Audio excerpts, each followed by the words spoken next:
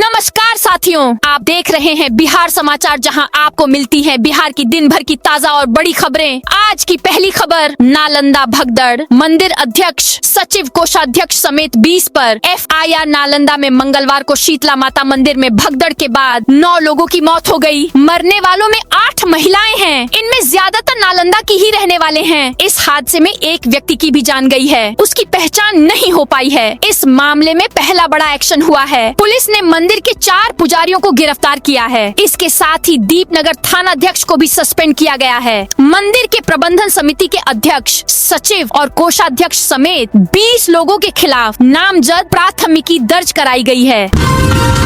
बिहार में आज से जमीन फ्लैट खरीदना हुआ महंगा। 1 अप्रैल से नए वित्तीय वर्ष की शुरुआत के साथ बिहार में प्रॉपर्टी खरीदने वालों के लिए बड़ा बदलाव हुआ है। सरकार सर्किल रेट बढ़ाने की तैयारी में है, जिससे जमीन और फ्लैट खरीदना महंगा पड़ेगा। इस फैसले का सीधा असर आम लोगों की जेब पर पड़ेगा। अब रजिस्ट्री कराना पहले के मुकाबले ज्यादा खर्चीला हो सकता है। जानकारी के मुताबिक कई इलाकों में सर्किल रेट में 3 से 4 गुना तक बढ़ोतरी संभव है। खासकर शहरों और तेजी से विकसित हो रहे क्षेत्रों में इसका ज्यादा असर दिखेगा। पटना, गया, मुजफ्फरपुर और भागलपुर जैसे शहरों में रेट में बड़ा उछाल आ सकता है। इससे प्रॉपर्टी की कुल लागत काफी बढ़ जाएगी।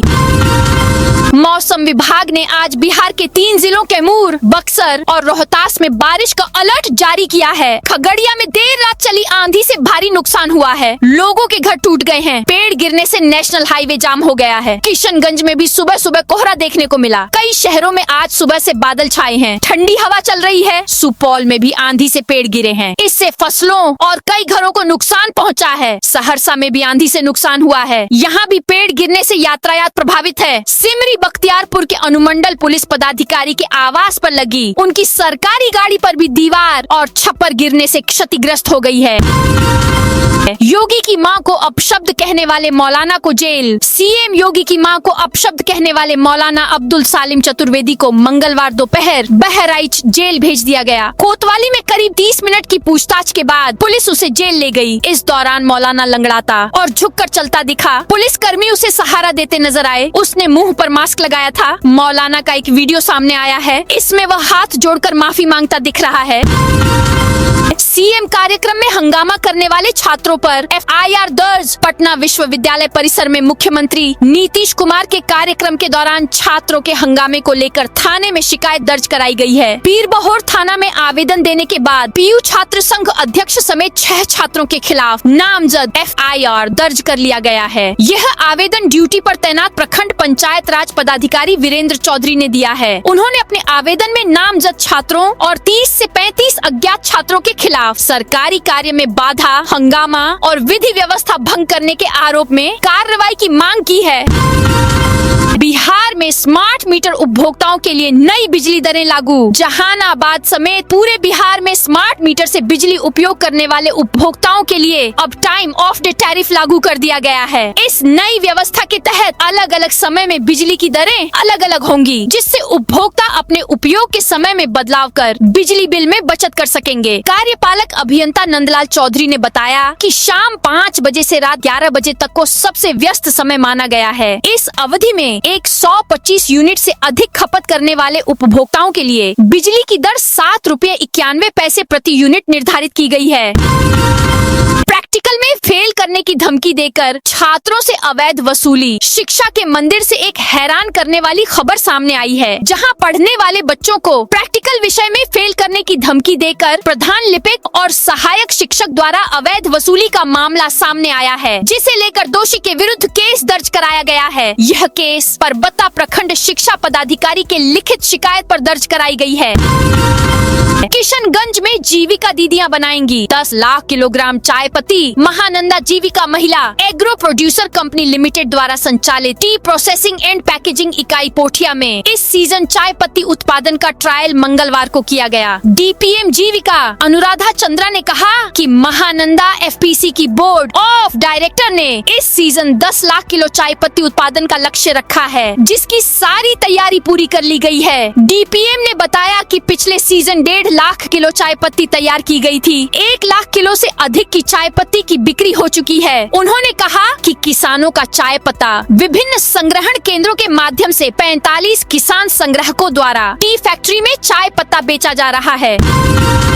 बिहार में 8वीं से 12वीं के छात्र AI से सीखेंगे डिजिटल कौशल। केंद्र सरकार के निर्देश के आलोक में प्रदेश के करीब 30,000 सरकारी मध्य और 9,000 माध्यमिक विद्यालयों में डिजिटल एजुकेशन के प्रति जागरूकता अभियान चलेगा। कक्षा 8वीं से 12वीं तक के छात्र छात्राएं AI से डिजिटल कौशल के बारे में जानेंगे और सीखेंगे। दिव्यांग बच्चे भी डिजिटल कौशल में उड़ान भरेंगे। आर्टिफिशियल इंटेलिजेंस AI के माध्यम से स्कूली बच्चों को ट्रेनिंग देकर रोजगार परक शिक्षा से जोड़ा जाएगा। सरकारी स्कूलों में हेडमास्टर भी छात्रों को पढ़ाएंगे। बिहार के सरकारी स्कूलों में नियुक्त प्रधानाध्यापक और प्रधान शिक्षकों को भी अब पढ़ाना होगा। वे मिड डे मील, DO कार्यालय और प्रशासनिक कार्य के नाम पर इससे बच नहीं सकेंगे। छात्रों को नहीं पढ़ाने पर काम में लापरवाही मान कार्रवाई की जाएगी। प्रधानाध्यापक और प्रधान शिक्षक हर दिन 2 से 3 क्लास लेंगे। इसकी एक रिपोर्ट तैयार करनी होगी। उसमें हर दिन पढ़ाने वाले प्रधानाध्यापक और प्रधान शिक्षक का नाम, पढ़ाया गया विषय, छात्रों की संख्या आदि जानकारी रहेगी।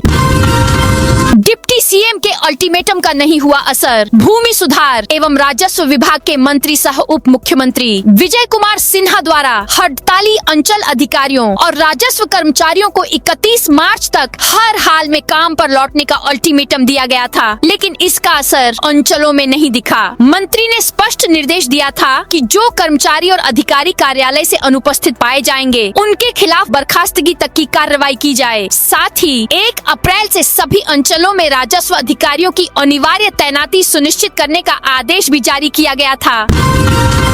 BRABU की PG 3rd सेमेस्टर की परीक्षा 4 अप्रैल से। BRA बिहार विश्वविद्यालय की PG 3rd सेमेस्टर की परीक्षा 4 अप्रैल से शुरू होगी। इसको लेकर विश्वविद्यालय की ओर से तैयारी शुरू हो गई है। हालांकि अब तक परीक्षा केंद्रों को लेकर संशय की स्थिति है। बीते दिनों वोकेशनल कोर्स की परीक्षा के लिए पहली बार मोतिहारी में केंद्र बनाया गया था। शांतिपूर्व परीक्षा संचालित होने के बाद PG की परीक्षा के लिए भी विश्वविद्यालय मुख्यालय से हटकर दूसरा केंद्र चंपारण में बनाए जाने की उम्मीद बढ़ी है।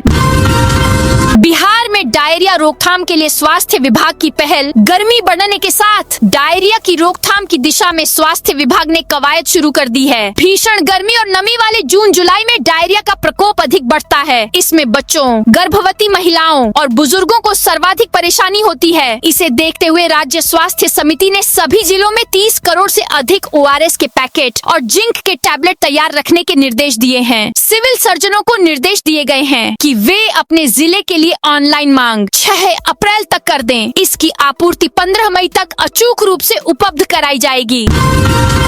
बिहार की सड़कों पर जल्द उतरेंगे फाइटर प्लेन। अब जल्द ही बिहार की सड़कों पर लड़ाकू विमान देखे जा सकेंगे। राज्य की 3 सड़कों पर इमरजेंसी लैंडिंग फैसिलिटी या फिर हाईवे रनवे बनाया जाना है। हाईवे रनवे के लिए DPR भी तैयार कर लिया गया है। अधिकारियों की माने तो पहला पटना पूर्णिया एक्सप्रेसवे पर ELF की सुविधा डेवलप की जाएगी। लगभग 245 किलोमीटर की लंबी सड़क पर निर्माण किया जाएगा। इस परियोजना पर करीब 18,242 करोड़ खर्च किए जा सकेंगे।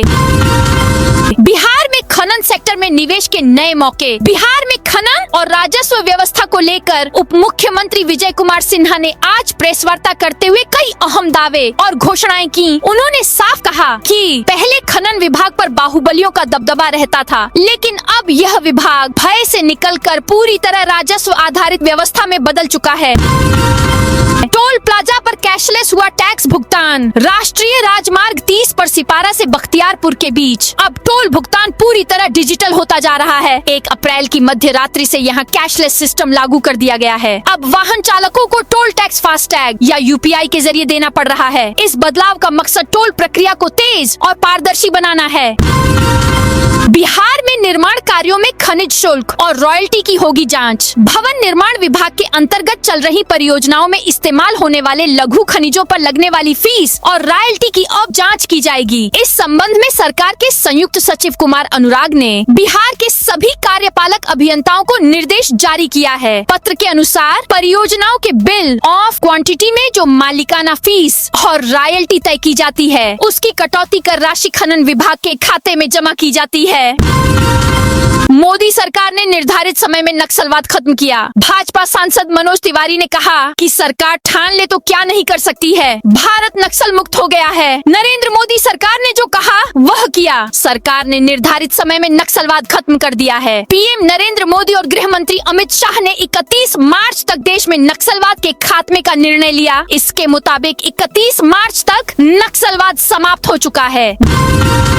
नए लेबर कोड को लेकर रेलवे कर्मचारियों का विरोध। देश में 1 अप्रैल से नए श्रम संहिता लेबर कोड लागू होने के विरोध में मधुबनी जिले के जयनगर में विरोध प्रदर्शन किया गया। East central railway employees union Jaynagar से जुड़े दर्जनों रेल कर्मचारियों ने इस प्रदर्शन में हिस्सा लिया। यह विरोध प्रदर्शन दरभंगा शाखा के उपाध्यक्ष बैद्यनाथ भारती के नेतृत्व और संरक्षक भूषण सिंह के संरक्षण में आयोजित किया गया। प्रदर्शनकारी कर्मचारियों ने अपने हाथों पर काली पट्टी बांधकर अपना विरोध जताया।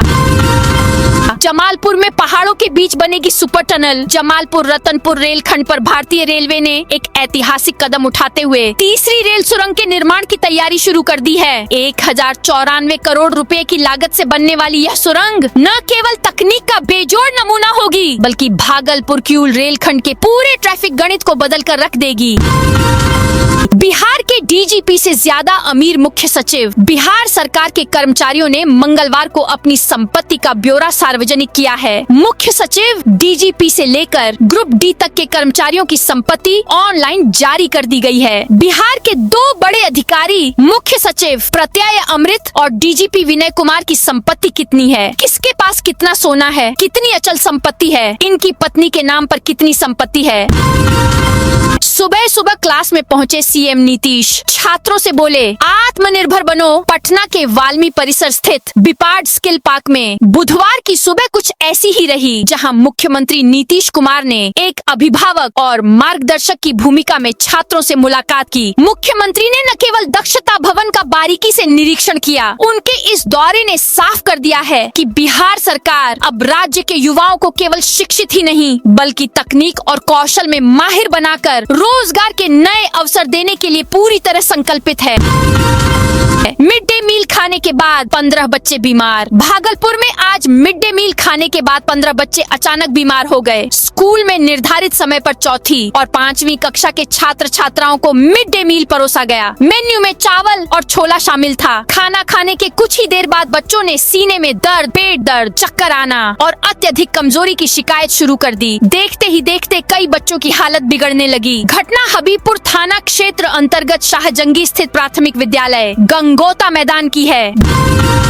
बिहार के वरिष्ठ पुलिस अधिकारियों की संपत्ति का खुलासा। डीजीपी विनय कुमार के बैंक खाते में करीब 30 लाख रुपए जमा हैं। उनके पास अनिसाबाद पुलिस कॉलोनी में 2000 वर्ग फीट का प्लाट है, जो उन्होंने 2003 में खरीदा था। इसके अलावा नोएडा में एक फ्लैट भी है, जो होम लोन पर लिया गया था, जिसका भुगतान पूरा हो गया है। इसके अलावा पत्नी के नाम पर बिहटा में जमीन है। डीजीपी के पास करीब 525 ग्राम सोना और 1520 ग्राम चांदी के आभूषण भी हैं।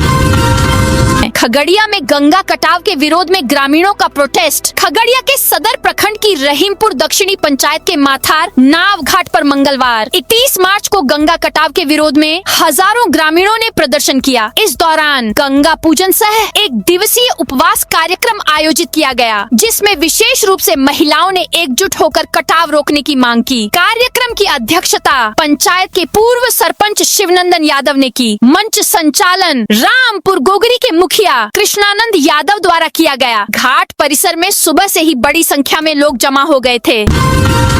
पटना में साइबर ठगी के लिए इस्तेमाल हुए 2 म्यूल अकाउंट। साइबर ठगी की रकम को म्यूल अकाउंट में ट्रांसफर कर निकासी कर रहे हैं। एनसीआरपी राष्ट्रीय साइबर अपराध पोर्टल पर 2 ऐसे बैंक खाता नंबर मिले हैं, जिसमें अलग अलग राज्यों राज्यों से 149 बार ठगी की रकम भेजी गई थी। खातों से कुछ देर बाद ही निकासी कर ली जा रही थी। साइबर थाने की पुलिस दोनों बैंक खाता धारकों के खिलाफ केस दर्ज कर मामले की जांच में जुटी है। जांच में यह बातें भी सामने आ रही है कि दोनों बैंक खातों का उद्देश्य साइबर धोखाधड़ी से पैसे प्राप्त कर अन्य कई खातों में भेजकर निकासी के लिए खोला गया है।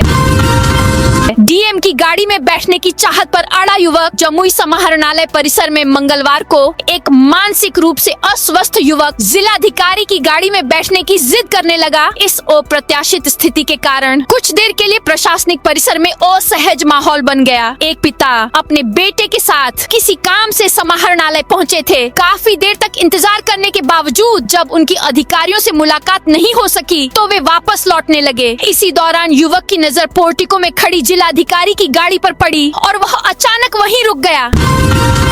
किसी अस्पताल में कैमरा नहीं होगा तो प्रभारी जवाबदेह होंगे। जिन स्वास्थ्य संस्थानों में सीसीटीवी कैमरा नहीं लगा है वहां किसी भी अप्रिय घटना की पूरी जिम्मेदारी प्रभारी की होगी। जिला स्वास्थ्य समिति ने संस्थानों में सीसीटीवी कैमरा चालू रखने को लेकर निर्देश जारी किया है। पत्र के अनुसार सिविल सर्जन द्वारा कमांड एंड कंट्रोल सेंटर के औचक निरीक्षण के दौरान ये सामने आया कि कई संस्थान सीसीटीवी कैमरा मॉनिटरिंग लिस्ट में शामिल ही नहीं है। खासकर राजेंद्र नगर स्थित सामुदायिक स्वास्थ्य केंद्र के चिकित्सा अधीक्षक और गर्दनीबाग अस्पताल के उपाधीक्षक को सीसीटीवी कैमरा लगाने का आदेश सिविल सर्जन डॉक्टर योगेंद्र मंडल ने दिया, लेकिन माह समाप्त होने के बाद भी नहीं लगाए गए हैं। बिहार में घर बैठे बुजुर्ग कैसे कर सकेंगे जमीन की रजिस्ट्री? बिहार के रजिस्ट्री ऑफिस में जाकर जमीन की रजिस्ट्री कराने की जरूरत अब बुजुर्गों को नहीं पड़ेगी। अब घर बैठे ऑनलाइन ही यह सुविधा मिलेगी। पहले बुजुर्गों को मेडिकल सर्टिफिकेट के साथ एप्लीकेशन देना पड़ता था। इस दौरान मैनुअल अंगूठा से लेकर गवाहों के साइन तक की जिम्मेदारी निबंधन अधिकारी की होती थी। कई बार रजिस्ट्री ऑफिस के चक्कर बुजुर्गों को लगाना पड़ता था, जिससे काफी परेशानी होती थी, लेकिन अब उन्हें राहत मिल सकेगी।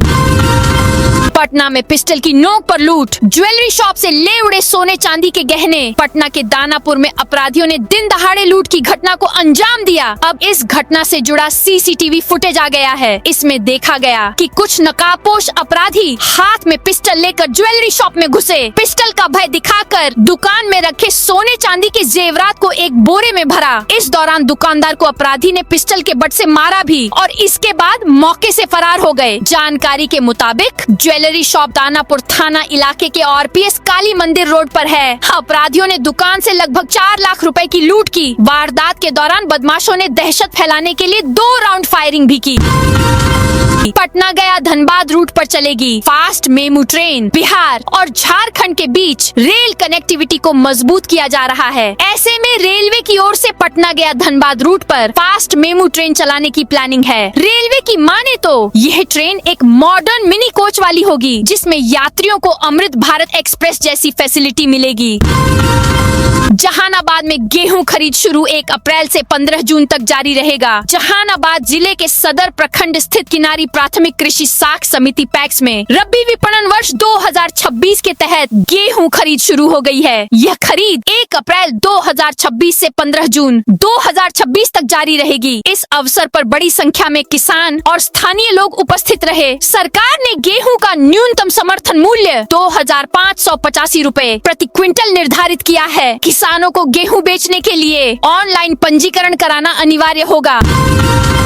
किशनगंज में 8000 से ज्यादा एलपीजी सिलेंडर स्टॉक। किशनगंज में एलपीजी गैस की पर्याप्त उपलब्धता है और आपूर्ति वितरण व्यवस्था सामान्य बनी हुई है। जिलाधिकारी विशाल राज ने बताया कि जिले में वर्तमान में 8068 से अधिक एलपीजी गैस सिलेंडर का स्टॉक मौजूद है। जिलाधिकारी ने यह भी बताया कि गैस सिलेंडरों की होम डिलीवरी व्यवस्था सुचारू रूप से बहाल हो गई है। इससे उपभोक्ताओं को अब एजेंसी जाने की आवश्यकता नहीं होगी। वे घर बैठे आसानी से बुकिंग कर सकेंगे और 2 से 3 दिनों में सिलेंडर प्राप्त कर लेंगे।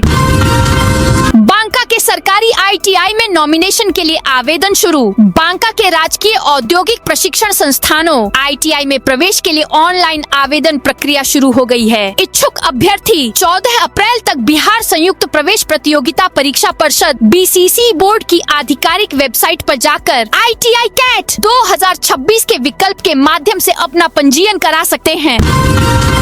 रक्सौल तिरुपति एक्सप्रेस अब सीतामढ़ी से होकर चलेगी। सीतामढ़ी और रक्सौल के रेल यात्रियों की 15 साल पुरानी मुराद आखिरकार पूरी हो गई है। स्थानीय जनप्रतिनिधियों की लंबी पैरवी के बाद रेल मंत्रालय ने रक्सौल तिरुपति स्पेशल ट्रेन को नियमित करने का ऐतिहासिक फैसला सुनाया है। अब यह ट्रेन स्पेशल का टैग हटाकर स्थायी रूप से पटरी पर दौड़ने को तैयार है, जिससे उत्तर बिहार और पड़ोसी देश नेपाल के लाखों श्रद्धालुओं के लिए तिरुपति बालाजी के दर्शन का रास्ता बेहद सुलभ और किफायती हो गया है।